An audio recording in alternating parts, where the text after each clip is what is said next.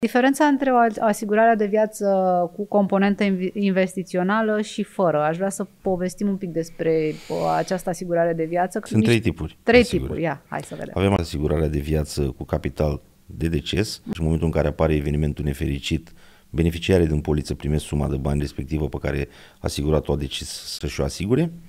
Există a doua variantă în care este o asigurare mixtă de viață, adică are și capitalizare, dar are și capital de deces. Asta înseamnă că în 24 de ore de la emiterea poliției și achitarea primei rate, ea are o sumă asigurată la deces și o sumă asigurată la supraviețuire. Această componentă de acumulare de capital este o poliță tradițională, îi spunem noi.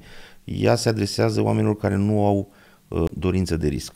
Nu își doresc să se expună la riscul investițional.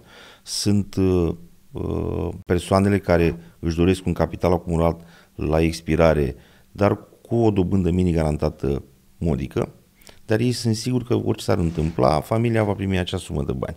Și a treia componentă sau tip de asigurare de viață este asigurarea de viață cu componență investițională.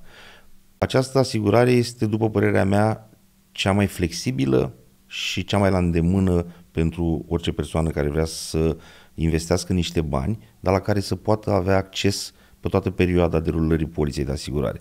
Deci asta este polița care îți permite să mai faci modificări pe parcurs, nu? Da, poți să intri în poliță, să extragi bani, să faci iei banii de acolo.